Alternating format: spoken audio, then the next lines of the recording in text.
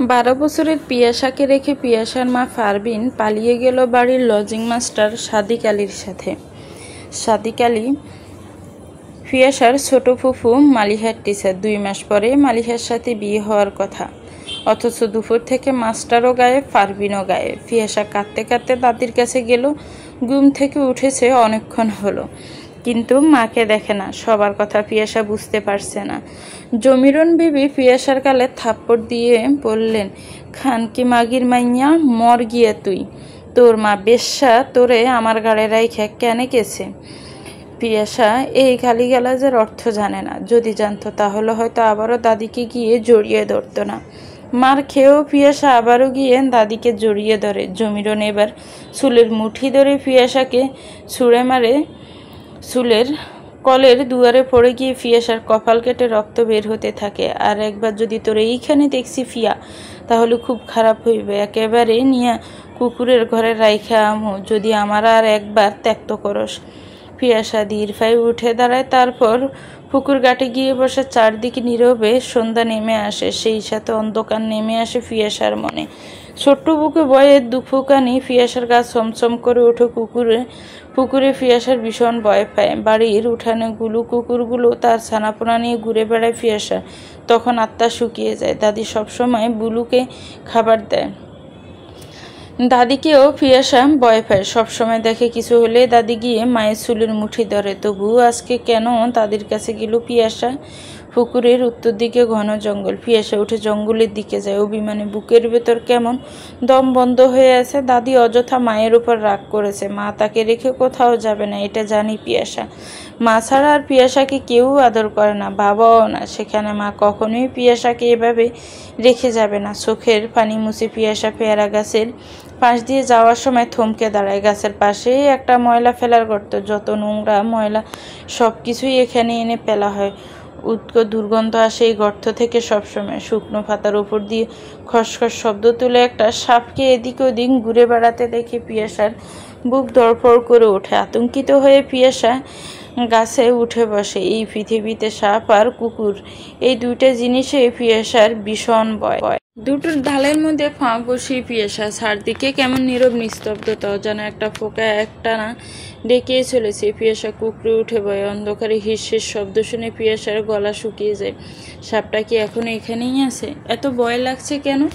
পিয়াসা কাকে ডাকবে এখন? কাউকে ডাকলে যদি সাপটা পিয়াসার সন্ধান পেয়ে যায়? পিয়াসা ছোট মাথায় রাজ্যের চিন্তা খেলা করে। মা আসছে না কেন এখনো? দুর্গন্ধের জন্য টিকা যাচ্ছে না এখানে।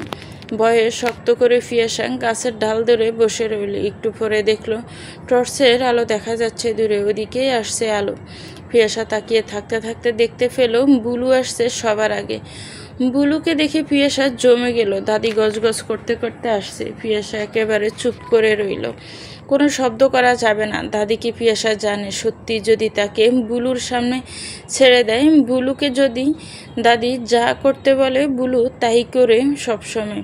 গাছের ওপর থেকে তাকিয়ে রইল পিয়াসা নিঃশব্দে নীরবে। নিঃশ্বাস ফেলতেও ভুলে গেল পিয়াসা। দাদি চলে গেল। আবার বুলুকে নিয়ে হতবাক পিয়াসা বসে রইল গাছে। মা আসবে ঠিকই। পিয়াসা জানে মা পিয়াসাকে রেখে কোথাও যাবে না। রাতভর পিয়াসা ঘরে নেই। কেউ পিয়াসার খোঁজে এলো না। মালিহা রাতে 2 হাত ভর্তি করে মেহেদি পড়ল।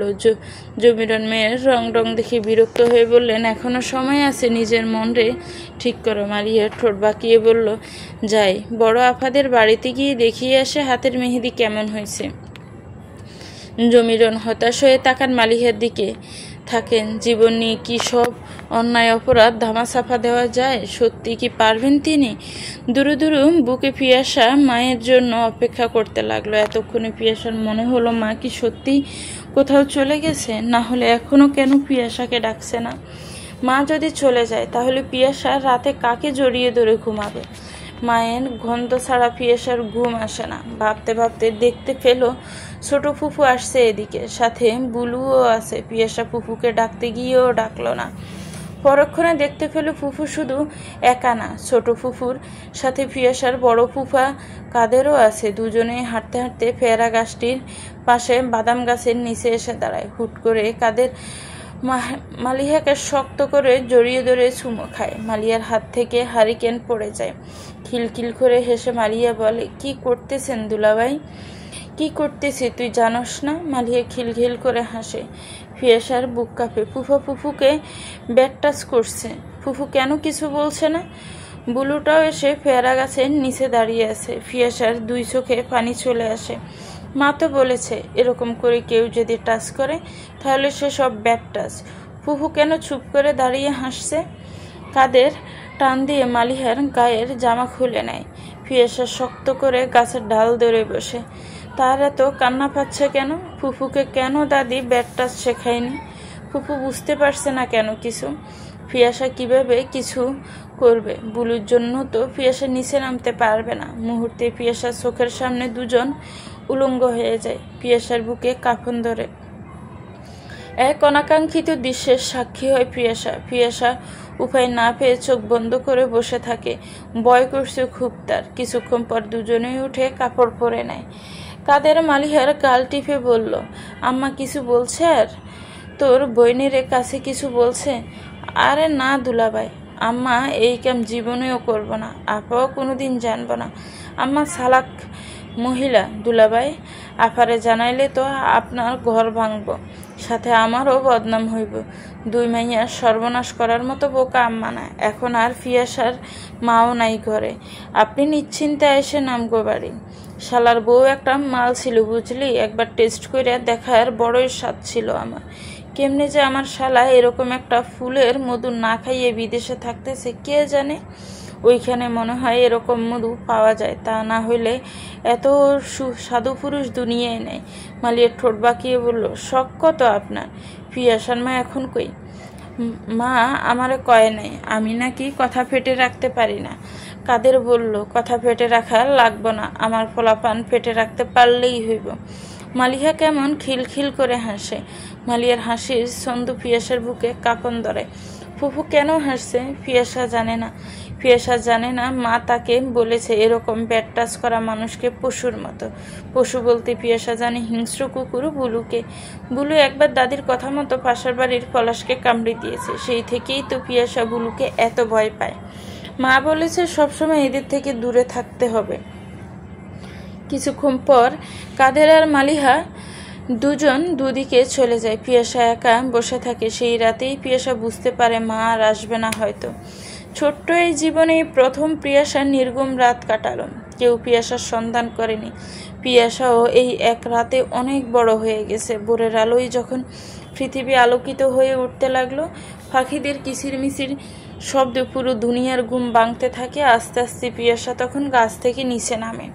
সারা রাত বসে থাকতে থাকতে পিয়াসার কোমর ব্যথা হয়ে গেছে। পুরো রাত না ঘুমিয়ে কান্না করায় দুই চোখ লাল হয়ে গেল পিয়াসার। শুকনো পাতার মর্মধ্বনি তুলে পিয়াসা বাড়ির দিকে যায়। জমিরন ঘুম থেকে উঠে হাঁস মুরগির খড়ের দরজা খুলছে। সে সময় পিয়াসাকে দেখে জমিরন অবাক হয়। গত রাতে এত পেরেশানিতে ছিল যে ফিয়ার কথা ভুলেই গেছেন। এর মা তো গেল, এখন কি হবে? ফিয়াসা বারান্দায় খুঁটিয়ের সাথে হেলান দিয়ে বসে। ঘরের ভেতরে গুনগুন করে মালিহা গান গাইছে। উঠানের উপরে জামরুল গাছের ডালে একটা পাখি কিচিরমিচির সুরে গান গাইছে। গানের সুরে ফিয়াসার বুক ফেটে কান্না আসে। মা কি আর আসবে না? পিয়াসা কি আর মাকে দেখতে পাবে না? ফুফিয়ে কেঁদে ওঠে পিয়াসা। মাকে ছাড়া এই পৃথিবী ভীষণ জঘন্য। এই জলমলে পৃথিবীও পিয়াসার কাছে বিশ্রী মনে হয়। সর্বত্রই যেন যন্ত্রণা। জমিরনের মেজাজ খারাপ হচ্ছে। এই মেয়ের কি করবে সে? পিয়াসার কান্না শুনে জমিরন এগিয়ে এসে ধমকে উঠে বলে, সারা রাত কইছিলি ধামড়ি, মার মতো বেশ্যাগিরি করতে গেছস? পিয়াসার জবাব দিল না। জমিরন হাঁস মুরগির খাবার দিচ্ছে। সেই সময় আহাজারি করতে করতে পিয়াসার নানি শেফালি বেগম আসে। গতকাল দুপুরেই পিয়াসার বাপ কল করে তাকে জানিয়েছে তার মেয়ে নাকি বাড়ির মাস্টারের সাথে পালাইছে। পিয়াসার ঠোঁটের কোণে হাসির রেখা ফুটে উঠে নানিকে রেখে। মায়ের পর এই মানুষটাই তো আছে তাকে ভালোবাসে যায়। শেফালির কান্নায় পিয়াসার শিশু মন গুলিয়ে যায়। নানি এত কান্না করছে কেন? মা কি তাহলে আর আসবে না সত্যি? জমিরন কঠোর সুরে বলল, আপনার মাইয়া তো লাংনিয়া বাগছে, নিজের মাইয়া আমার গাড়ে ফালাইয়া গেছে কেন? আপনার নাতনি আপনি নিয়ে যান, আরেকজনের বাচ্চা আমি পালতে পারবো না। পিয়াসা তো শুধু আমার একার নাতনি না আপা, আপনারও তো নাতনি। ওর বাড়ি তো এটাই এফা। না না, এসব ফিরিতের কথা আমি শুনবো না। মা গেছে যেই পথে, মাইয়া যাইব সেই পথে। ওর মা যেমন নষ্টা, ও ভালো হইব না। ওরে আমি রাখবো না। আমার ফলা দেশে আসলে ওরে আমি আবার বিয়া করামো। পিয়াসা নানির বোর কাছে ফেদরে বলল, আমাকে নিয়ে যাও নানি। মা না থাকলে আমি এখানে থাকবো না। এরা আমাকে কেউ আদর করে না। আপনি ফিয়াসার বাপরে একবার কল করেন আপা, আমি ওর লগে কথা বলে ফিয়াসারে নিয়ে যাবো। ওর মাইয়া ওর তো জানার দরকার আছে। না, আমার খালেকের লগে কথা কওনের কিছু নাই আপনার। আমার ফোলা তো এমনিতেই মাইয়া পছন্দ করতো না। আমরা তো আশা করছি নাতি হইব। আপনার মাইয়া জন্ম দিল মাইয়া। পোলার এমনিতেই মনে কষ্ট। পোলা নিজেই আমারে কইয়া রাখছে ফিয়াসারে যাতে আপনার কাছে পাঠাই দিই, এখানে যাতে না থাকে। শেফালি বেগম বুঝতে পারছেন না তিনি ফিয়াসাকে নিয়ে কি করবেন। তিনি বিধবা মানুষ, 3 ফোলার ঘরে ঘরে খান। আসার সময় 3 বউ তাকে বলে দিছে নাত্রে নিয়ে যাতে না যায়, ওরা বাড়তি কাউরে খাওয়াতে পারবে না। শেফালি বেগম বলল, আপা আমি ওরে নিয়ে কি করবো? আমার কি রাখার জায়গা আছে? আমি নিজেই তো ফোলাগো ঘরে ঘরে খাই, ওরা কেউ ফিয়াসারে রাখবো না। ফিয়াসা অবাক হয়ে তাকিয়ে থাকে নানির দিকে। নানি তাকে নিবে না? মা হারিয়ে যাওয়ার পর সবাই এরকম হুট করে বদলে গেল কিভাবে? এতদিন যে কত আদর করতো, সব কিছুই তাহলে মায়ের জন্য? মায়ের উপর পিয়াসার অভিমান জন্ম নেয় হুট করে। মা কেন তাকে রেখে গেল এরকম করে? নাকি মাও পিয়াসাকে পছন্দ করে না? এই দুনিয়ায় কি কেউই তাকে পছন্দ করে না তাহলে? মা, বাবা, দাদি, নানি কেউই তো তাকে চায় না। লজ্জায় পিয়াসা মুখ এতটুকু হয়ে যায়। এতক্ষণ নানুর বোরকা ধরে বসেছিল, আলগোছে ছেড়ে দেয় বোরকা। পিয়াসা বুঝে গেছে এই দুনিয়ায় তার আর কেউ নেই এখন। সে এখন একা, তাকে একা বাঁচতে হবে আজকে থেকে।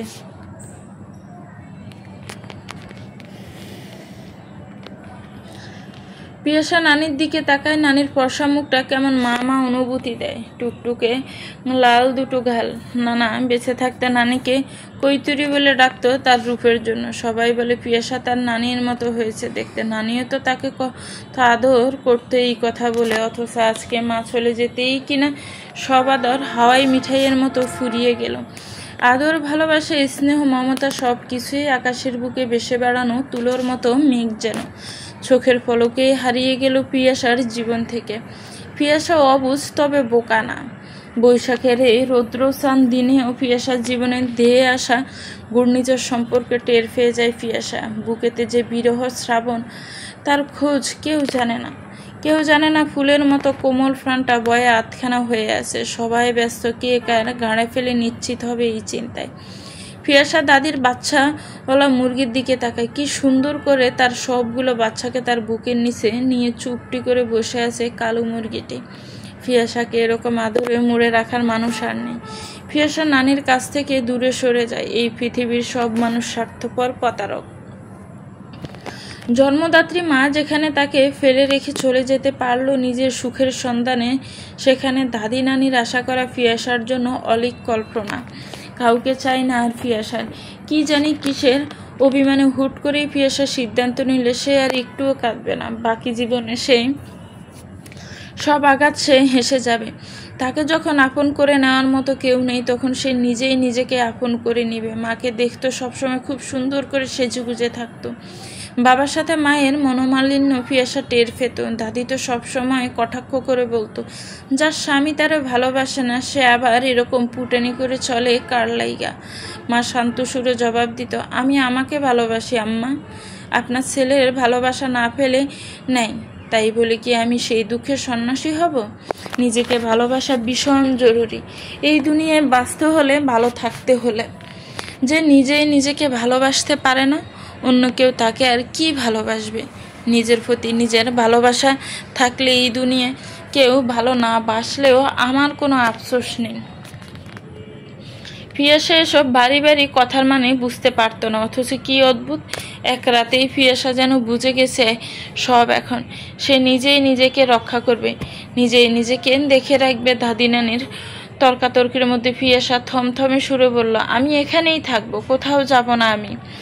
জমিরন অবাক হয়, এইটুকু মেয়ের গলায় হঠাৎ করে এত তেজ এলো কই থেকে? আবার এইখানে থাকতে চাই? মা নেই, বাপ নেই, ভাই বোন কেউ নেই। জমিরন তো এই মেয়েকে দুই চোখে দেখতে পারে না, সেইখানে এই মেয়ে বলে কি এখানে থাকবে? শেফালি স্বস্তির নিঃশ্বাস পেলে। পিয়াসা যদি কান্না করত তার সাথে যাওয়ার জন্য, তাহলে তিনি বিশাল বিপদে পড়তেন। এগিয়ে গিয়ে পিয়াসার হাত ধরতে পিয়াসা হাত ঝাড়া দিয়ে সরে গিয়ে বলল, তুমি আর কখনো এখানে আসবা না নানি। আমার মায়ের সাথে সাথে এই দুনিয়া থেকে আমার সব আপন মানুষও হারিয়ে গেছে। কারো ভালোবাসা আদর লাগবে না আমার। ভালোবাসলে তো মাই থাকতো আমাকে ভালোবাসার জন্য, বাবাই ভালোবাসতো। আমার কারো আদর লাগবে না, চলে যাও। শেফালি চমকায়, পিয়াসা এরকম ভারী ভারী কথা কিভাবে বলছে? জমিরনও অবাক হয়, এক রাইতেই পিয়াসার এত বদল কেমনে হইল? পিয়াসা সোজা ঘরে ঢুকে যায়। গতকাল দুপুরের পর আর কিছু খায়নি সে। রান্নাঘরে ঢুকে সব পাতিলের ডাকনা উল্টায়। একটা পাতিলে পান্তা ভাত রাখা আছে, গতকালের ভাতে পানি দিয়ে রাখা, আর কিছুই নেই। মা থাকলে এখন একটা ডিম বেজে পিয়াসাকে ভীষণ মজা করে পান্তা ভাত খাইয়ে দিত। পিয়াসা জানে দাদি তাকে ডিম দিবে না। রাগে ক্ষোভে পিয়াসা চোখে জল এলো। একটা প্লেটে পান্তা ভাত নিয়ে পিয়াসা একটা পেঁয়াজ কেটে নেয়। ভাতের প্লেট নিয়ে বারান্দায় এসে গাপুস গুফুস করে পেঁয়াজ কামড়ে ভাত খায়। শেফালির কলিজা ছিঁড়ে যায় যেন এই দৃশ্য দেখে, কিন্তু তার কোনো উপায় নেই। সহ্য করতে না পেরে শেফালি চলে যায়। জমিরন এবার আর অবাক হয় না। পারভিনের মেয়ে যে এই মেয়ে তার প্রমাণ এটাই। কোনো অবস্থায় যাকে টলানো যায়নি। পারভিন ছিল জমিরনের জীবনের সাক্ষাৎ অভিশাপ যেন। তার মেয়েও খুব একটা সহজ হবে না। জমিরনও সোজা মানুষ না। বুলুর ঘরে এক রাত হাত পা বেঁধে ফেলে রাখবে। সব তেল বের হয়ে যাবে এই মেয়ের। 2 আঙ্গুলের মেয়ের 10 আঙ্গুল সমান নখরা। পিয়াসা ভাত খায় সেই মুহূর্তে কাদের আসে শ্বশুর বাড়ি। এসে ডাকতে থাকে মালিহাকে। মালিহা বড় দুলাভাইয়ের গলার স্বর শুনে ছুটে বের হয়ে আসে। হাসি মুখে বলে, কি দুলাভাই, খালি হাতে সাত সকালে শ্বশুর বাড়ি চলে আসছেন? শালির জন্য মোড়ের দোকান থেকে নাস্তা নিয়ে আসলেন না কেন? বড় ফুফাকে দেখে পিয়াসার গত রাতের কথা মনে পড়ে যায়। মনে পড়তে পিয়াসার গা গুলিয়ে ওঠে। ভাতের প্লেট সরিয়ে পিয়াসা বমি করে দেয়। কাদের এগিয়ে গিয়ে পিয়াসার হাত ধরে বলে, কি হয়েছে পিয়া, শরীর অসুস্থ? লাফ দিয়ে পিয়াসা কাদেরের হাত থেকে হাত সরিয়ে নেয়।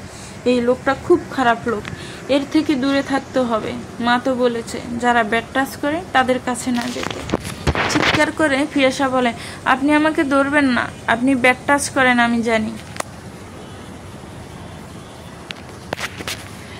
কাদেরের লেখাপড়া দূর, প্রাইমারির গণ্ডি পেরোয়নি, ব্যাড টাচ বোঝার ক্ষমতা তার নেই।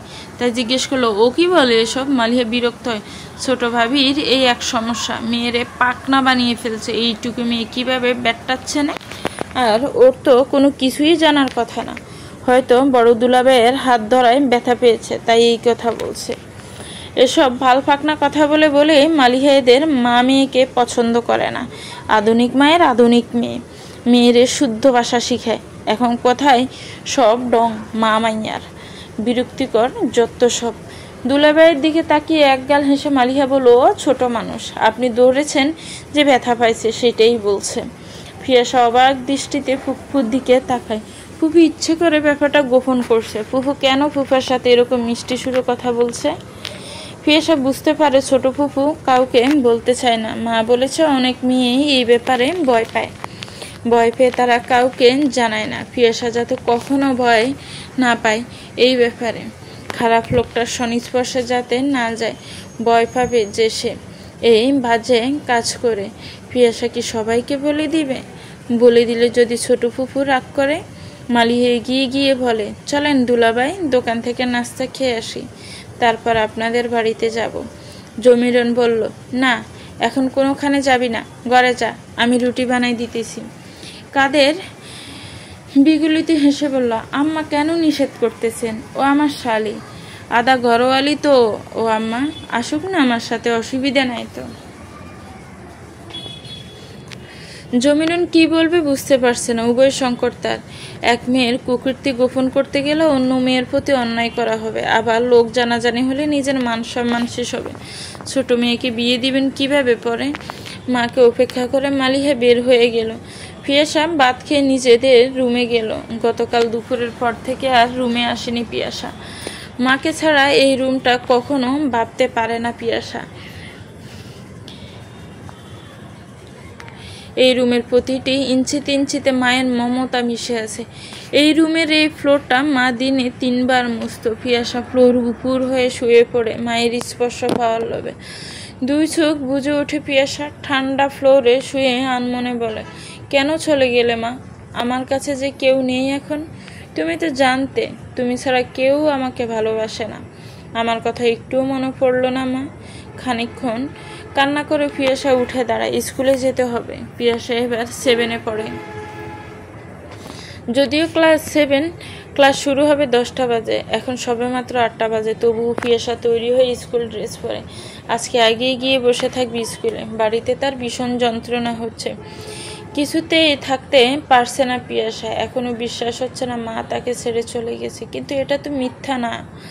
বাড়ি থেকে বের হতে পাশের বাড়ি রাব্বি পিয়াসাকে ডেকে বলল, কিরে পিয়াসা, তোর মা কি বাকছে তোকে মাস্টারের লগে? পিয়াসা আর রাব্বি এক ক্লাসে পড়ে। রাব্বির কথা শুনে পিয়াসা কিছু না বলে হাঁটতে থাকে। রাব্বি মজা পেয়ে যায়। পাশে পাশে যেতে যেতে বলে, কি খারাপ বেরি তোর মা। আমার মা কইছে এই জন্যই তোর মা সাইজা গুইজা ঘুরতো নাকি মাস্টারকে দেখাইতে। হি হি হি। আমার মা কইছে তোর মায়ের নষ্টা বেরিয়েছিল। পিয়াসা সহ্য হলো না আর মায়ের নামে এসব অপবাদ। রাব্বিকে ল্যাং মেরে মাটিতে ফেলে দেয় পিয়াসা। রাব্বি চিৎকার করে উঠে মাটিতে পড়ে গিয়ে পায়ের থেকে জুতা খুলে রাব্বি 2 গেলে ঠাস ঠাস করে মারতে মারতে বলে, আমার মায়ের নামে যদি আর জীবনে একটা কথা বলতে শুনছি আমি, তাহলে মনে রাখিস তোকে আমি আমাদের ভুলুর ঘরে বেঁধে রাখবো। আমার মা আমার কাছে এই পৃথিবীর সবচেয়ে ভালো মানুষ। তুই তোর মা আমার মায়ের নখের যোগ্য না। তোর মাকে বলে দিস গিয়ে কথাটা। রাব্বি জুতার বাড়ি খেয়ে মাটিতে শুয়ে কান্না করতে থাকে। পিয়াসা জুতা পায়ে দিয়ে আবারও হাঁটতে থাকে। ভীষণ হাঁপাচ্ছে পিয়াসা, মাথায় যেন আগুন ধরে আছে।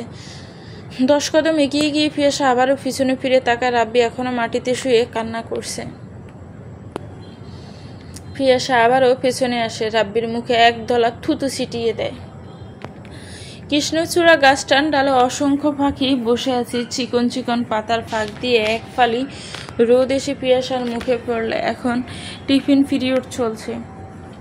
পিয়াসা কৃষ্ণচূড়া গাছের নিচে বসে আছে। স্কুলের সব বাচ্চারা খাবার খাচ্ছে। এতদিন মা তাকে বাড়ি থেকে নাস্তা বানিয়ে দিত ব্রেকের সময় খাওয়ার জন্য। আজকে তো মা নেই। পিয়াসাকে খাবার দেওয়াও কেউ নেই। পিয়াসা টের পেল সে কতটা অসহায় এখন। মাঠের এক পাশে টিউবওয়েল। পিয়াসা উঠে যায়, আজলা ভরে পানি খায়। পেটের মধ্যে মনে হয় একটা রাক্ষস ঢুকেছে। এতদিন খেতেই ইচ্ছে করতো না, প্রতিদিনই খাবার ফিরিয়ে নিয়ে যেতে হতো, অথচ এখন ভীষণ খেতে ইচ্ছে করছে, কিন্তু খাবার নেই। রাব্বি তার 2টো বন্দুকের সাথে নিয়ে পিয়াসার থেকে কিছুটা দূরে দাঁড়ায়, ক্রিকেট ব্যাট আর বল নিয়ে। পিয়াসা আনমনা হয়ে মাকে ভাবছিল। সেই মুহূর্তে ভীষণ স্পিডে বল এসে পিয়াসার কপালে লাগে। মুহূর্তের জন্য পিয়াসার 2 চোখে যেন সর্ষে ফুল বেশ ওঠে। রাব্বি হেসে বন্ধুদের বলে, আবারও বল মারবি ওর গায়ে? আমারও জুতা দিয়ে ফিটাইছে, থুতু মারছে, আমিও বদলা নিব। হাসিব বলে, তুই চিন্তা করিস না, তোর এই দোষ থাকতে তোর লগে ঝামেলা করে আর পাইব এরকম কেউ নেই। বল কর আবার। রাব্বি খুশি। হাসিবের হাতের নিশানা অব্যর্থ। পিয়াসার কপালে হাত দিয়ে দেখে কপালে ফুলে গেছে। ভীষণ যন্ত্রণা হচ্ছে কপালে। দাঁত দিয়ে ঠোঁট কামড়ে ধরে পিয়াসা। ভীষণ কান্না পাচ্ছে তার। সে চায় বনা কাঁদতে, কিছুতেই কাঁদবে না সে। পরের মুহূর্তে আরেকটা বল আসে পিয়াসার মাথায় লাগতে যায়। মাথা সরি ফেলে পিয়াসা দ্রুত গতিতে। এতক্ষণে বুঝতে পারলো এরা ইচ্ছে করেই ওরকে লক্ষ্য করে বল মারছে। পিয়াসা বল উঠে দাঁড়ায়। ফেটে খিদের আগুন, বুকের যন্ত্রণার আগুন নিয়ে ভাগিনীর মতো এগিয়ে যায় পিয়াসা। সোজা গিয়ে হাসিবের মুখোমুখি দাঁড়ায়। হাসিব কিছু বলার আগে পিয়াসা স্ট্যাম্প তুলে নিয়ে হাসিবের কপালে মারে। হাসিবের মাথা ঘুরে উঠে, দপ করে অজ্ঞান হয়ে পড়ে যায় হাসিব। রাব্বি ভয়ে চিৎকার করে উঠে। মুহূর্তে অনেক শিক্ষার্থী ছুটে আসে। রাব্বি চিৎকার শুনে দৌড়াদৌড়ি করে হাসিবকে লাইব্রেরি রুমে নিয়ে শোয়ানো হয়। ডাক্তার ডাকা হয়। পিয়াসা বিরস মুখে বারান্দায় দাঁড়িয়ে থাকে। তার মুখটা ভীষণ তেতো লাগছে। কিছু খেতে ইচ্ছে করছে পিয়াসার। ক্লাসের ঘন্টা পড়ে যায়। টিফিন পিরিয়ড শেষ হয়ে যাওয়ার পর পিয়াসা ক্লাসে চলে যায়। শারমি ম্যাডাম ক্লাস 7-এর বাংলাদেশ ও বিশ্ব পরিচয় ক্লাস নেন। টিফিনের পর আজকে শারমিন ম্যাডামের ক্লাস।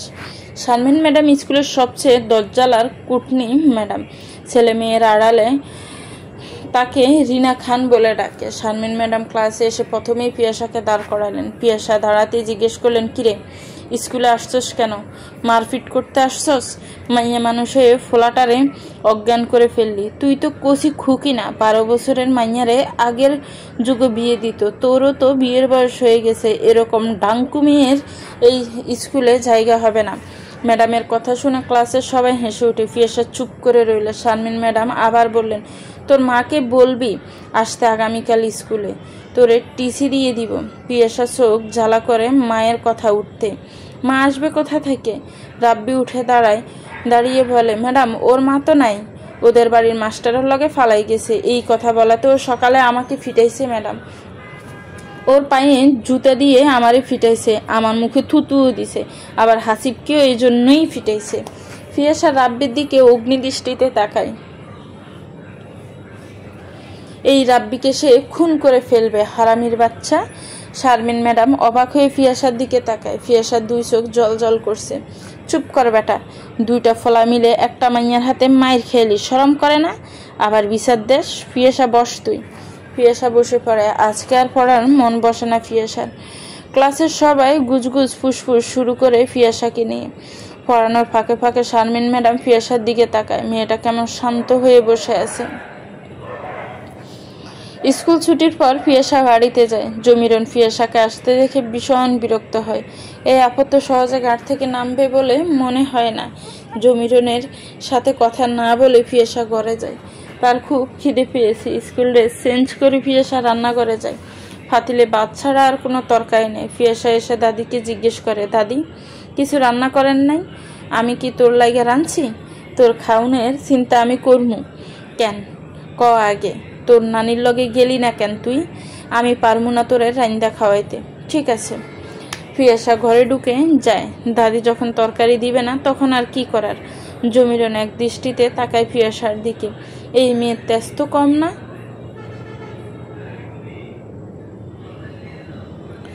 মার মতো শৈলের প্রতি ইঞ্চিতে ইঞ্চিতে তেজ সব। এই তেজে ছুটেইতে জমিরনের এই রাতটা লাগবে শুধু। বুলুর ঘরে নিয়ে ছাইড়া দিব। পিয়াসা খানিকক্ষণ শুয়ে থাকে। আজকে আর খেলতে যাবে না। খেলতে গেলেই সবাই পিয়াসাকে মায়ের কথা বলবে। গোসল করে পিয়াসা আজকে নিজের কাপড় নিজেই ধোয়। এই প্রথম নিজেকে ধুতে হচ্ছে। কি আশ্চর্য, মা নেই একদিন হলো, অথচ পিয়াসা মাকে ছাড়াও দিব্যি বেঁচে আছে।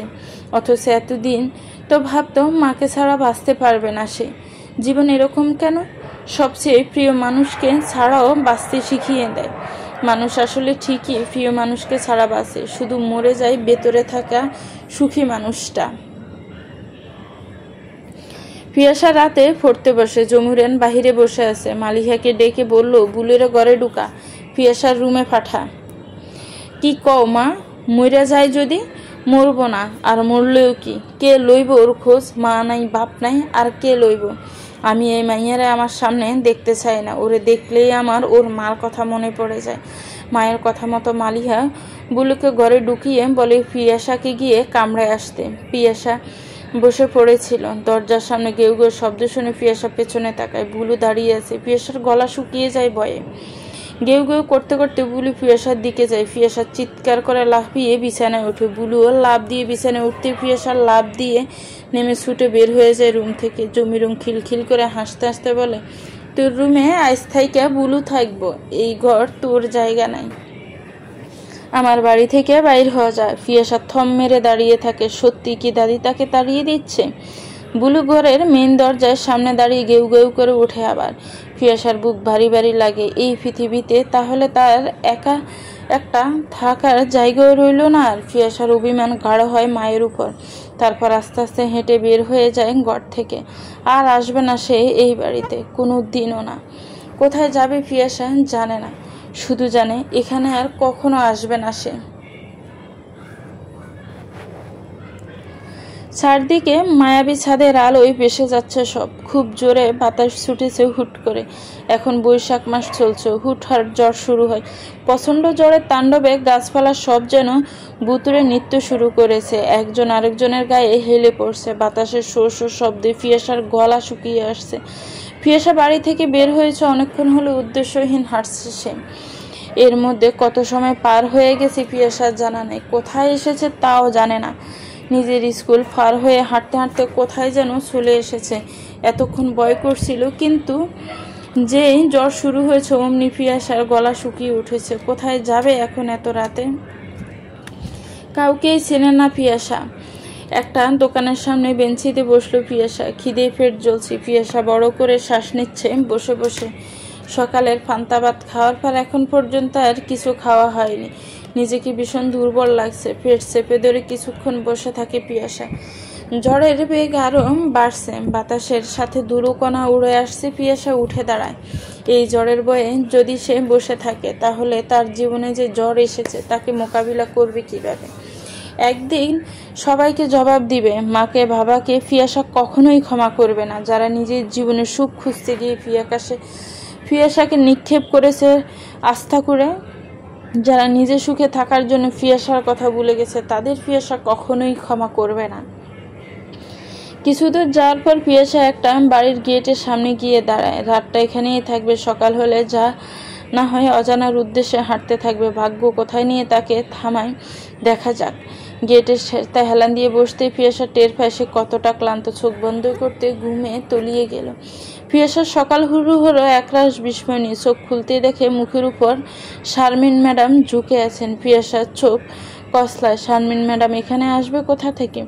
ভালো করে তাকাতে দেখে না, ভুল দেখেনি, সত্যি শারমিন ম্যাডাম। শারমিন সুলতানা রাধাপুর উচ্চ বিদ্যালয়ের সহকারীর প্রধান শিক্ষক। সকালে জোরে গাছপালার ক্ষয়ক্ষতি দেখতে বের হয়েছিলেন। গেট খুলতেই দেখে পিয়াসা হেলান দিয়ে বসে আছে। পিয়াসাকে দেখে শারমিন অবাক হয়। পিয়াসা এখানে কোথা থেকে এলো? পিয়াসার বাম পা থেকে রক্ত পড়তে পড়তে শুকিয়ে গেছে। মেয়েটা সম্ভবত খেয়ালও করেনি। ঘুমন্ত পিয়াসার মুখের দিকে তাকাতে শারমিনের বুকে না পাওয়ার আগুন জ্বলে ওঠে। পিয়াসার মা তো পিয়াসাকে ফেলে চলে গেছে। শারমিনের কান্না পায়। কেউ পেয়েও মূল্য দেয় না, আর কেউ একটা সন্তানের আশায় বুকে পাথর চাপা যন্ত্রণা নিয়ে বেঁচে থাকে। পাখির মতো হালকা পিয়াসাকে শারমিন কোলে করে বাড়িতে নিয়ে যায়। পিয়াসার ঘুম ভাঙে তার আরও কিছু সময় পরে। শারমিন ম্যাডামকে স্কুলের সবাই অপছন্দ করে, পিয়াসাও পছন্দ করে না। তার শারমিন ম্যাডামকে দেখে পিয়াসার কিছুটা ভয় লাগে, কিন্তু পিয়াসাকে অবাক করে দিয়ে শারমিন কোমল সুরে বলল, এখানে কিভাবে এলে পিয়াসা? কোথায় যাচ্ছিলে মা? পিয়াসা অবাক হয়। শারমিন ম্যাডাম তাকে মা বলে ডাকছে? উনি এরকম কোমল গলায় কথা বলতে পারেন? পিয়াসা পায়ের দিকে তাকায়। পায়ের ব্যান্ডেজ দেখা যাচ্ছে। কি হয়েছে পায়ে? বুঝতে পারে না পিয়াসা। শারমিন আবারও জিজ্ঞেস করে পিয়াসাকে। পিয়াসা জবাব দেয় না। শারমিন আর চাপাচাপি না করে পিয়াসাকে বেসিনে নিয়ে যায়। একটা নতুন ব্রাশ হাতে দিয়ে ব্রাশ করতে বলে শারমিন চলে যায়। পিয়াসা আর চোখে তাকায় চারদিকে। সে দাঁড়িয়ে আছে একটা বেসিনের সামনে। এরকম চকচকে সাদা এত সুন্দর বেসিন হতে পারে পিয়াসার জানা ছিল না। নিম্ন মধ্যবিত্ত পরিবারের সন্তান পিয়াসা। নিজেদের ঘর ছিল চারপাশে দেয়ালের উপর টিন দেওয়া। সেখানে এরকম আভিজাত্য ছিল না।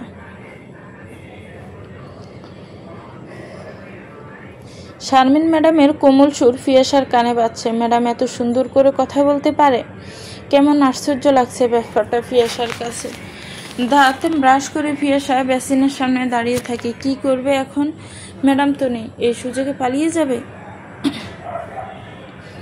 এদিক ওদিক তাকিয়ে পিয়াসা দৌড় লাগায়। ডাইনিং রুম পার হতে শারমিন ম্যাডামের ধমক ভেসে আসে পিয়াসার কানে। জমে যায় পিয়াসা। এই তো আগের ছেনা ম্যাডাম। এতক্ষণ তাহলে কেন চিনতে পারছিল না পিয়াসা? শারমিন পিয়াসাকে ধমকে নিয়ে আসেন। পিয়াসা ভাদ্য মেয়ের মতো সোফায় বসে। এক গ্লাস গরম দুধ নিয়ে আসে শারমিন।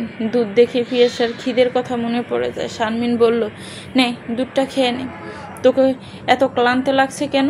কি হয়েছে আমাকে বল সবটা। পিয়াসা ঢোক গিলে, কি বলবে ম্যাডামকে?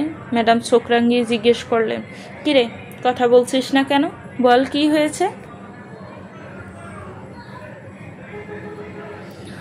পিয়াসা আর চুপ থাকে না, যা যা হয়েছে সবটা জানায় শারমিনকে। শারমিন হতভম্ব হয়ে যায় শুনে।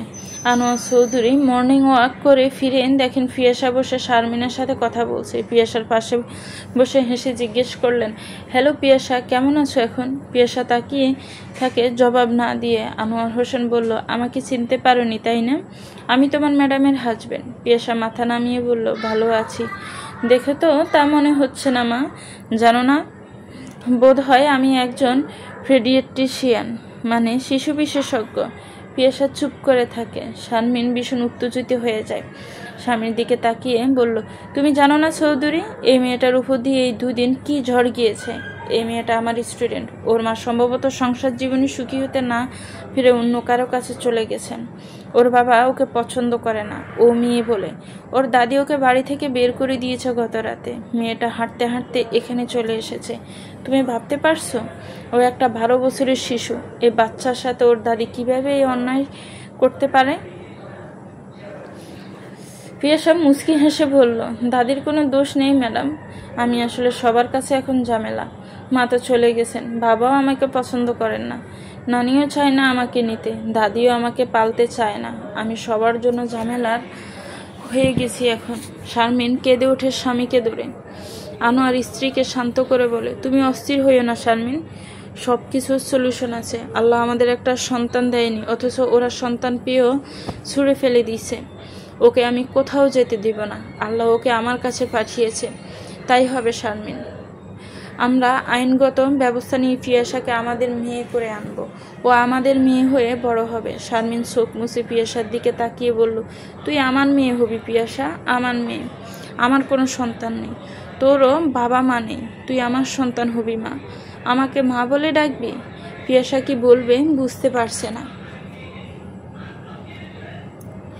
আনোয়ার চৌধুরী সকল কাগজপত্র রেডি করে আইনি প্রক্রিয়া মেনে পিয়াসাকে দত্তক নিলেন। পিয়াসা যেন একটা গোড়ের মধ্যে আছে। শারমিন পিয়াসাকে যত্ন করে চুল বেঁধে দিল, নিজ হাতে খাইয়ে দিল। শারমিন ম্যাডামের এই রূপ পিয়াসার কাছে সম্পূর্ণ অজানা ছিল। সবসময় জানতো শারমিন ম্যাডামের মতো জঘন্য মানুষ আর নেই। উপরের রূপ দেখেই মানুষকে জাজ করতে নেই। কিছু মানুষ থাকে জীবন দুর্ভোগ্য, তাদের বুঝতে পারা ভীষণ দুরূহ। পিয়াসা ভীষণ লজ্জিত হচ্ছে ম্যাডামকে এত খারাপ মনে করার জন্য। শারমিন ম্যাডামের বাসায় পিয়াসার আজকে তৃতীয় দিন। আনোয়ার চৌধুরী কল দিলেন বিকেলে। পিয়াসাকে ফোনটা এনে দিয়ে শারমিন বলল, তোর বাবা কল করেছে, নে তোর সাথে কথা বলবে।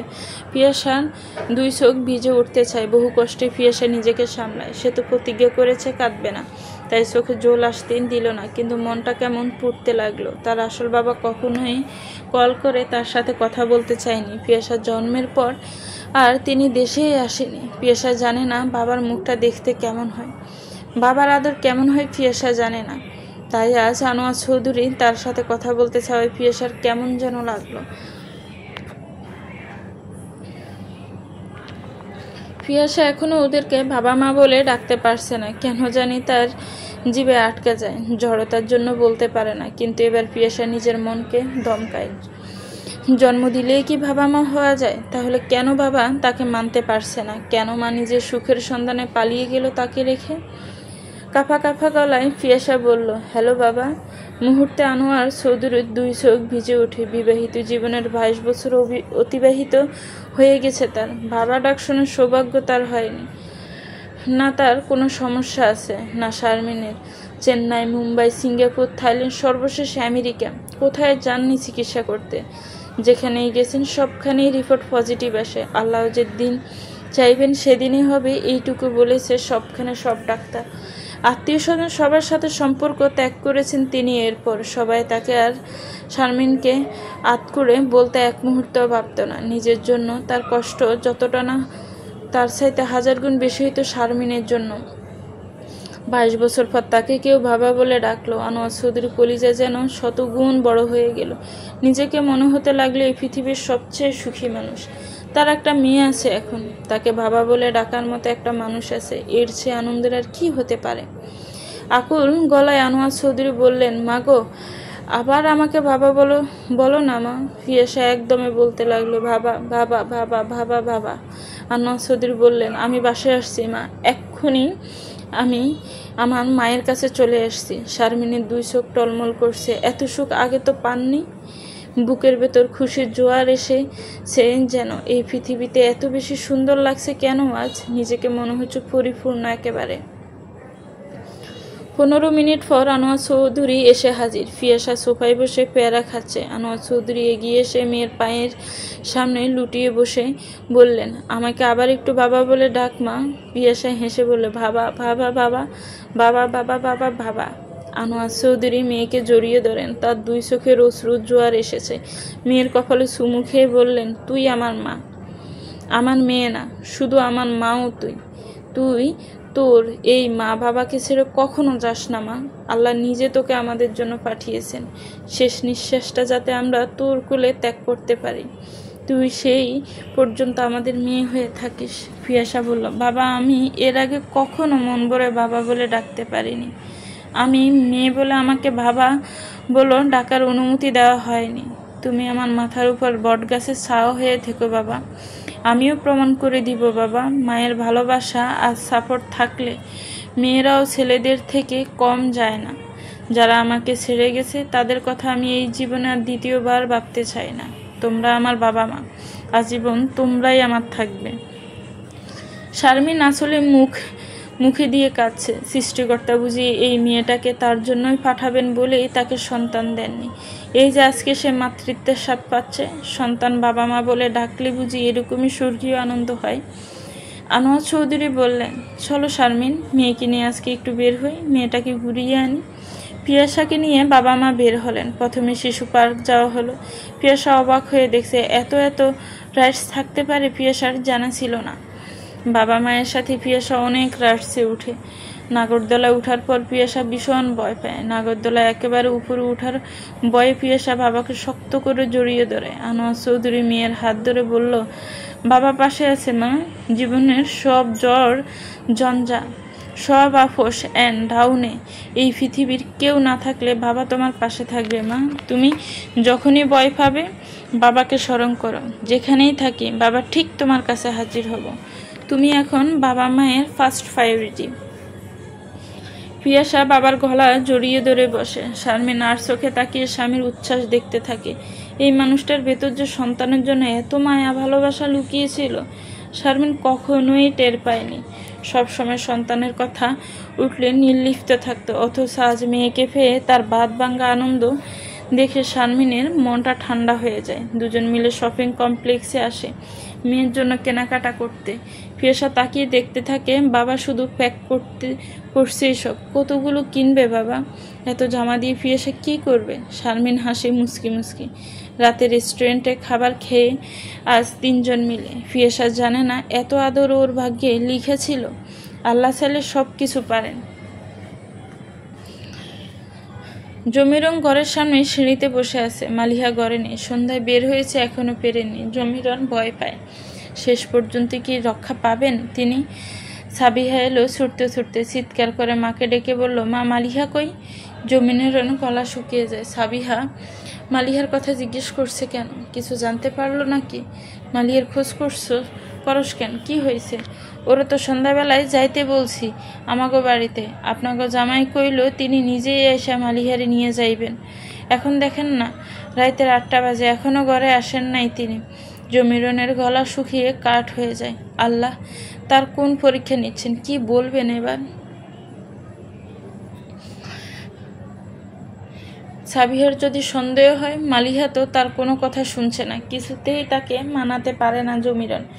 বাধ্য হয়ে এখন লাগাম ছেড়ে দিয়েছেন। কিন্তু এখন কি হবে? জমিরন গলা খাকারি দিয়ে বলল, মালিহারে তো আমি বাজারে পাঠাইছি কাদেরের লগে, ঘরে বাজার নাই। কাদেরকে কইলাম আমার একটু সদাই করে দিতে। তোর বোন কেমন জানোস না? দুলাভাইয়ের লগে বাজারে যাইব বইলা নাচতে শুরু করছে। আর দুলাভাইও এমন মানুষ, শালিরি নিজেরও বোন মনে করে। এমন ভালো মানুষ হয় না। আমার কপালবালা তোর লাইগায় এরকম জামাই পাইছি, একেবারে নিজের ফোলার মতো। সাবিয়া শুনে আনন্দিত হয়। প্রতিটি স্ত্রীরও গর্ব হয় যখন তার নিজের বাবা মা তার স্বামীর প্রশংসা করে। নিজেকে তখন ভীষণ ভাগ্যবতী মনে হয়। সাবিয়া বলল, আচ্ছা মা আমি যাই এখন। জমিরন মেয়েকে বসতে বলার সাহস পায় না। সাবিয়া চলে যেতেই জমিরন বড় করে নিঃশ্বাস ফেলে। কিন্তু কতদিন এসব চাপা থাকবে? যেদিন সাবিহা জানবে সেদিন কি হবে? সকাল থেকে তুমুল বর্ষণ হচ্ছে। এরকম বৃষ্টিমুখর দিনে সবাই কিছুটা নস্টালজিক হয়ে যায়। আকাশে মাঝে মাঝে বিদ্যুতের জলকানি দেখা যাচ্ছে। চারিদিকে কেমন নিস্তব্ধতা বিরাজ করছে। সব নিস্তব্ধতাকে ছাপিয়ে যায় মেঘের তীব্র গর্জন। চারিদিকে গাছপালা কেমন জীবন্ত হয়ে উঠছে বৃষ্টির স্পর্শে। নির্জনে বসে আছে বারান্দায় একটা চেয়ার নিয়ে, কানে হেডফোন, গান বাজছে। পাগলা হাওয়ার বাদল দিনে পাগল আমার মন জেগে ওঠে। জুনি খালা এলো গোমরা মুখে, একটা খিচুড়ির প্লেট নিয়ে দপ করে নির্জরের কোলে রাখলো। গরম স্টিলের থালায় স্যাঁত লাগতে নির্জন লাফিয়ে ওঠে। জুনি খালা বিরক্ত হয়ে বলল, শৈল তো যেন মোমের বাতি, এইটুকুন গরমে লাফ জাপ দেয়। বেড়া মানুষ এরকম পুয়ারা কেমনে করে? নির্জন চোখ পাকিয়ে বলল, খালা কি যে করো তুমি? আরেকটুর জন্য আমার শরীরে পড়া যেত। জুনি খালা চোখে জল এনে বলল, হ বাপ, শৈল তো শুধু তোমাকে আছে, আমাকে তো না। আমি তো তোমাকে ভাইত কাম করার লাইগা আমার শরীরও নাই, মনও নাই। নির্জন বুঝতে পারে আজকে জুনি খালার মন ভালো নাই। তার শান্ত হয়ে বলল, কি হয়েছে খালা? কি আর হইব, বড় ভাবিরে কইলাম ভাবি একটু গরুর গোশ দিয়া বুনা খিচুড়ি করেন, এই বৃষ্টির দিনে খাইতে জুইত লাগবো। উনি কি জানছে? এই পেঁপে আলু গাজর টমেটো দিয়ে লেটকা খিচুড়ি রাঁধছে। এইসব কি আমি খাই মামা? আপনিই কন। নির্জন হেসে ওঠে, খালা গরুর মাংস মানুষের শরীরের জন্য ক্ষতিকর, তুমি জানো না? এই সবজি তো শরীরের জন্য উপকারী। জুনি খালা মুখ জামটা দিয়ে বলল, হ বাপ, আমগো গরিবের শৈলে লগে তুমগো শৈলের তুলনা করতে যাইও না। গরিবের শৈলে মন দিয়ে মুখের টেস্টটাই আগে। মুখে তার মধ্যে শৈল নিয়ে এত ভাবিতে আমি নেই। মুখে যেটা টেস্ট লাগে ওইটাই আমগো শৈলের উপকারে। নির্জন বলল, আচ্ছা ঠিক আছে খালা, তুমি যা বুঝো তাই করো, আমাকে খেতে দাও। মামা, আমার একটা গরুর গোস্তের খিচুড়ি আইনা খাওয়ান তো। ওই যে আপনার অর্ডার করেন অনলাইনে না কোনখানে, বাড়িতে এনে দিয়ে যায়। আমি গরিব খালা, পকেটে টাকা নাই। জুনি খালা নিরীহ মুখ করে বলল, আচ্ছা না খাওয়াইলে নাই, আমি যাই। বড় ভাবির কই গতকাল ছোট বাইজানের প্যান্টের পকেট থেকে সিগারেট পেয়েছি, খবরটা এখনও দেওয়া হয় না। নির্জন বিষম খেলো, সর্বনাশের মাথায় বাড়ি। কি বলে খালা এসব? তড়িগড়ি করে বলল, খালা বিফ খিচুড়ি খাইবা নাকি মাটন? না মামু, বিফ টিপ না, আমি গরুর গোস্তের খিচুড়ি খাবেন। নির্জন বাধ্য ছেলের মতো ফুড ফান্ডাতে অর্ডার করে দেয়। জুনি খালা হাসি মুখে বিদায় নেয়। নির্জন হাফ ছেড়ে বাসে যেন। জুনি খালার মুখ খোলা মানেই পারমাণবিক বোমার বিস্ফোরণ হওয়া। এই মানুষকে খেপানো আর সারের সামনে লাল কাপড় ধরা একই জিনিস। নির্জন কোনো রিস্ক নিতে চায় না। কোনো মতে যদি আব্বা বা জেঠুর কানে যায় তাহলে নির্জনের রফা দফা হয়ে যাবে। খিচুড়ি এনে নির্জন জুনিকে ডেকে দেয়। জুনি খালা এক গাল হেসে বলল, বড় মামুর একটা সিক্রেট কথা জানি মামা, কমু আপনারে? আপনি আমার গরুর গোস্তের খিচুড়ি খাওয়াইছেন, আপনারে কন যায়। নির্জন আতকে উঠে বলল, মাপ চাই খালা, দোয়াও চাই, আমার এত বড় উপকার তুমি কইরো না, তুমি এখন যাও খালা। জুনি খালা বিরক্ত হয়ে বলল, এই খবর বড় ভাবি, ছোট ভাবি, আপনার দাদি, হয়তো আপনার ওই কুটনি ফুফি কেউই যদি একবার জানতে পারে তাইলে এই জুনি 10,000 টাকা দিব বকশিস, বুঝলেন? অথচ আপনি দাম দিলেন না। যাজ্ঞা, গরিবের 10,000 টাকা যা 10 টাকাও তা। আপনি আমারে 1,000 টাকাই দিয়েন খালা, যাইতে বলছি না তোমারে আমি। জুনি খালা মুখ কালো করে চলে গেল। উপরের ঘরে শাশির ঘরে সবাই মিলে খিচুড়ি খাচ্ছে। জুনি খালা নিজের খিচুড়িটা একটা প্লেটে সাজিয়ে নিয়ে উপরে গেল। মুহা বেগমের ঘরটা ছোটোখাটো একটা ফুটবল মাঠের মতো। বিশাল বড় একটা রুম তার। মুহা বেগমের 2 ছেলে 2 মেয়ে, সবাইকে নিয়ে এই বিশাল বড় বাড়িটিতে থাকেন তিনি। এই বাড়িটি বিশাল জায়গা নিয়ে করা হয়েছে ঢাকার বকশীবাজার রোডে। চারিদিকে দালান, মাঝখানে ছোট উঠানের মতো। এত বড় বাড়িতে গ্রাম থেকে সারা বছরই আত্মীয় স্বজন এসে থাকেন। ছোটোখাটো একটা ধর্মশালা যেন সারা বছরই অতিথি চেনে পরিচিত মানুষের গম হয়ে থাকে। মুহা বেগমের শ্বশুর নাজিমুদ্দিন তালুকদার এই বিশাল বাড়িটি তৈরি করেছেন। সেই আমলে জমিদার ছিলেন নাজিমুদ্দিন তালুকদারের বাবা। নাজিমউদ্দিন তালুকদারের একটাই ছেলে হয় মহুয়া বেগমের স্বামী আজিমউদ্দিন। আজিমউদ্দিনের দুই ছেলে সিরাজউদ্দিন চক্কা আর মিরাজুল ইসলাম পাঞ্জা। ছেলেদের নাম দিয়ে মহুয়া বেগমের মনে এক সময় ক্ষোভ ছিল। তার শ্বশুর নাতিদের এই হাস্যকর নাম দিয়েছেন, যদিও সেসব ক্ষোভ এখন আর নেই। ছেলেরা দুজনেই বিশাল চাকরি করে। মহুয়া বেগমের সংসারে সবখানেই সুখের ছড়াছড়ি। মহুয়া বেগম খিচুড়ি খাচ্ছেন আর ফ্লোরে বসে থাকা সবাইকে দেখছেন। দিন দিন বয়স যত বাড়ছে ততই ইচ্ছে করছে আরও লোকজন এনে বাড়ি ভরিয়ে ফেলতে। মানুষজনের উপস্থিত মহুয়া বেগমকে খুশি করে। ফ্লোরে বসে নাতি নাতনিরা সবাই বসে চার্লি চ্যাপলিন দেখছে। জুনি খালা এসে রিমোট নিয়ে বলল, এসব সাদা কালা ছবি মানছে দেখে চাষি, দেখি স্টার জলসা ছাড়েন, নাটক দেখমু। আয় হায় রে, দীপার হারানো মাইয়াটার সন্ধান পাইব আজ। টান টান উত্তেজনা আজ। মহুয়া বেগম রিমোট হাতে নিয়ে স্টার জলসার চ্যানেল আনলেন। নাতি নাতনি সবাই মুখ কালো করে বসলো। দাদি, আমরা সবাই চার্লি চ্যাপলিন দেখব। মহুয়া বেগম বললেন, এখন আমি আর জুনি সিরিয়াল দেখব। তোরা যা, তোকে রুমে গিয়ে দেখ। সবাই গাইগুই করলেও কেউই উঠে গেল না। জুনি খালা আরাম করে পা ছড়িয়ে বসে পিঙ্কিকে বললেন, পিঙ্কি, ফ্রিজে আমি একটা মোজো রেখে আসছি, একটু আয়না দিবি? গরুর গোস্তের খিচুড়ির লগে মোজো না হইলে কি জমে না। পিঙ্কি মুখ বেজার করে উঠে গেল। না এনে দিলে জুনু খালা হয়তো বলে দিবে মাকে নতুন স্কুল ড্রেসের সাদা সালোয়ারের তার কালো কলমের কালি ছড়িয়ে নষ্ট করে দিয়েছে। জুনি খালা দেখে ফেলেছে। জুনি খালা বলেছে তার কাছে এসবের ওষুধ আছে, উনি দুই একেবারে নতুন করে দিবেন। তাই পিঙ্কি খালাকে চটালো না। জুনি খালা আরাম করে খিচুড়ি আর মোজো খেতে খেতে সিরিয়াল দেখতে লাগলো। একটু পর শোনা গেল দাদি আর জুনি খালা দুজনে ফুপিয়ে কাঁদছে। পিঙ্কি তার অন্যান্য কাজিনদের দিকে তাকায়। এরা দুইজনে যে কবে ঠিক হবে আল্লাহ জানেন। সিরিয়াল মুভি দেখে হাসতে হাসতে কখনো গড়িয়ে পড়ে, কখনো হাপুস নয়নে কাঁদে, আবার কখনো জুনি খালা বাংলা ওয়াচ করে। সিরাজুল ইসলাম চক্কা একজন স্যান্ডো গেঞ্জি ও ড্রয়িং রুমে সোফায় বসে আছেন। তার হাতে একটা পুরনো দিনের রেডিও। আজকে অফিসে যাবেন না। তার সামনে ধোয়া ওঠা গরম খিচুড়ি, সাথে জলপাইয়ের আচারের বয়াম রাখা। জলপাইয়ের আচার থেকে সরিষার কড়া গ্রান আসছে। ছক্কা সাহেবের এই আচারটা ভীষণ পছন্দ। তার গিন্নি জলপাইয়ের সিজনে বেশি করে আচার করে রাখেন। ভাত, খিচুড়ি, বিরিয়ানি সব কিছুতেই তিনি আচার খান। তার ছোট ভাই মিরাজুল ইসলাম কালো গ্রাউন্ডটা গায়ে ছাপিয়ে গলায় সাদা ব্যান্ড কলারটা ঠিক করতে করতে ছুটছে। আজকে ভীষণ বৃষ্টি, তবুও তাকে কোর্টে যেতে হবে। সুপ্রিম কোর্টের একজন দুধে উকিল তিনি। আজকে তার একটা মামলার শুনানি আছে।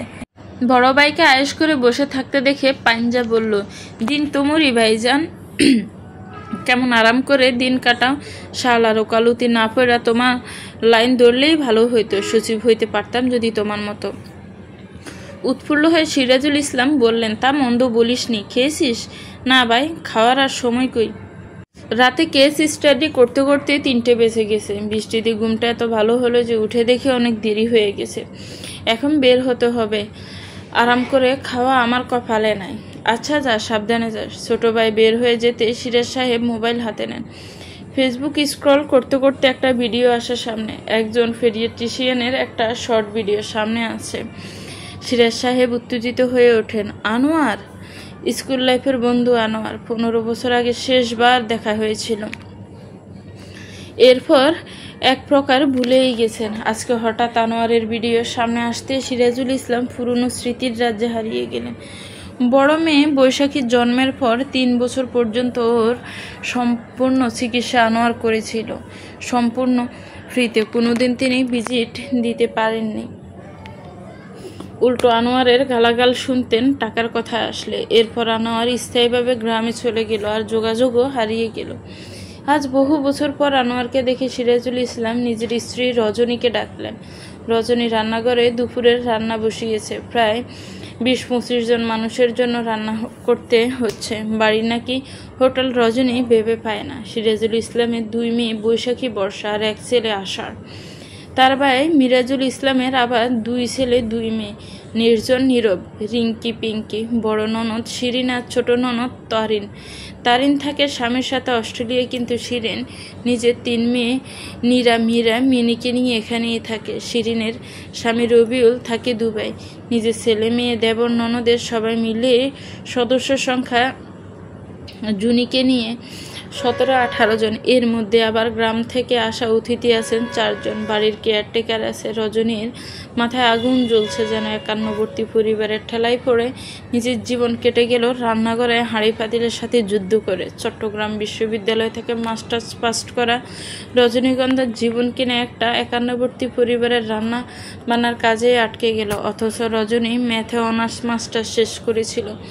বাবা মায়ের মতো স্বপ্ন ছিল মেয়েকে নিয়ে, কিন্তু বদেনী পরিবারে বিয়ে হয়ে এসে জীবনের সব শখ স্বপ্ন তাকে জলাঞ্জলি দিতে হয়েছে। সিরাজুল ইসলাম তখনও চেঁচিয়ে ডাকছেন স্ত্রীকে। রজনীর ইচ্ছে করলো রান্না করার হাতা দিয়ে ফিটিয়ে চক্কা মিয়ান মাথা ফাটিয়ে দেয়। একটা মেরুদণ্ডহীন লোকের সংসারে এসে তার জীবন একেবারে ধ্বংস হয়ে গেল, যে কিনা নিজের স্ত্রীর চাকরি করার কথা শক্ত গলায় বলতে পারেনি মায়ের সামনে, যে কিনা এত বছরও স্ত্রীকে একটা সংসার দিতে পারেনি, যে কিনা পারেনি স্ত্রীকে নিয়ে একটু ঘুরতে যেতে আলাদা করে। সব সময় গোষ্ঠী শুদ্ধ কাঁদে নিয়ে ঘুরতে হয়েছে। সে নাকি আবার সচিব। ঝাঁটা মারে রজনী এই সচিবের মুখে। জীবনের অর্ধেক তো শেষ হয়েই গেল। কোমরে শাড়ির আঁচল গুজে রজনী বের হলো রান্নাঘর থেকে। সিরাজুল ইসলাম গুনগুন করে গান গাইছে। ভীষণ ফুর্তিতে আছে লোকটা। স্ত্রীকে দেখে জোরে গাইতে লাগলেন, আমি রজনীগন্ধা ফুলের মতো গন্ধ বিলিয়ে যাই, আমি মেঘে ডাকা ছাদের মতো জ্যোৎস্না চড়িয়ে যাই। রজনী মুখে অন্ধকার করে বলল, কি সমস্যা? ষাঁড়ের মতো এরকম চেঁচানোর মানে কি? আরে চেঁচাচ্ছি কই, গান গাইলাম তোমাকে নিয়ে। একটা খুশি হওনি? না খুশি হইনি, এসব নাটক করবে না আমার সাথে তুমি। সিরাজুল ইসলাম স্ত্রীর ঘর্মান্ত মুখের দিকে তাকিয়ে বললেন, রান্না শেষ করা, আজকে তোমাকে নিয়ে লং ড্রাইভে যাব। রজনী ভীষণ বিরক্ত হয় এসব আদিক্ষেতা দেখে। এখন বুড়োকালে লং ড্রাইভে যাবে সে? বয়সকালে স্বামীর সাথে একটু নদীর পাড়ে বসে বাদাম খেতেও পারেননি। রজনী যেতে যেতে বলল, আমি কোথাও যাব না। এই সংসারে এসেছি দাসী হিসেবে। দাসী ভিত্তিক করেই জীবন শেষ হলে বের হব এই সংসার থেকে, তার আগে না।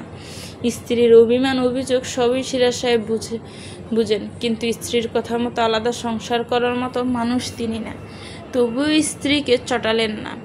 এদিক ওদিক তাকিয়ে শক্ত করে জড়িয়ে ধরে বলল, প্লিজ সুগন্ধা, অনুরোধ করছি, আমাকে নিরাশ করো না, তোমারও ভালো লাগবে। রজনী রাগ করতে গিয়েও করলেন না। সংসারের দায়িত্ব থেকে একদিন ছুটি বের করে নিজের জন্য একটু সময় কাটানো পাননি। এই মনে কত শত অভিমান অভিযোগ জমে আছে, এই মানুষটা কখনো বুঝিনি। না বুঝেছি নিজের একমাত্র ছেলেটা। রজনী হাতা নামিয়ে রেখে 2 তলায় নিজের ঘরে গেল। পরনের শাড়ি বদলে একটা গোলাপি সুতির শাড়ি পরে নিল। কতদিন পর সাজতে বসেছে। লম্বা কালো চুলে আর সাদা আভা পড়তে শুরু করেছে। 2 মেয়ে 1 ছেলের জননী। এখন মেয়েদের বিয়ে দিয়ে ছেলের বউ আনবেন। এরপরে এই সংসারের দায়িত্ব বউয়ের কাঁধে তুলে দিবেন তিনি ও মহুয়া বেগমের মতো। নিজের গাড়ি বের করে সিরাজ সাহেব নিজে ড্রাইভিং করছেন আজকে। রজনী জানতে চাইল না কোথায় যাচ্ছে, কার কাছে যাচ্ছে। জিজ্ঞেস করতে ইচ্ছে করছে না, বরং স্বস্তি পাচ্ছে। কিছু সময়ের জন্য তা সব দায়িত্ব থেকে মুক্তি পাচ্ছে। 3 ঘন্টা ড্রাইভিং করে গাড়ি এসে দাঁড়ায় মেডিলেভ হাসপাতালের সামনে। রজনী অবাক হয়, এই লোক স্ত্রীকে নিয়ে হাসপাতালে ঘুরতে এসেছে? এই লোক কি এই জন্মেও ঠিক হবে না? জেলা সদরের এই হাসপাতালে আনোয়ার চৌধুরীর চেম্বার। সিরাজুল ইসলাম স্ত্রীর হাত ধরে ভেতরে গেলেন। কম্পাউন্ডারকে বললেন, আনোয়ার ডাক্তারকে ডেকে দিন তো, বলুন তার ফ্রেন্ড এসেছে। কম্পাউন্ডার হুমরা ছুমরা চেহারার আভিজাতপূর্ণ চলনভঙ্গি দেখে বুঝে গেল এই লোক সাধারণ লোক না। তাই দেরি না করে আনোয়ার চৌধুরীকে ডাকতে গেল।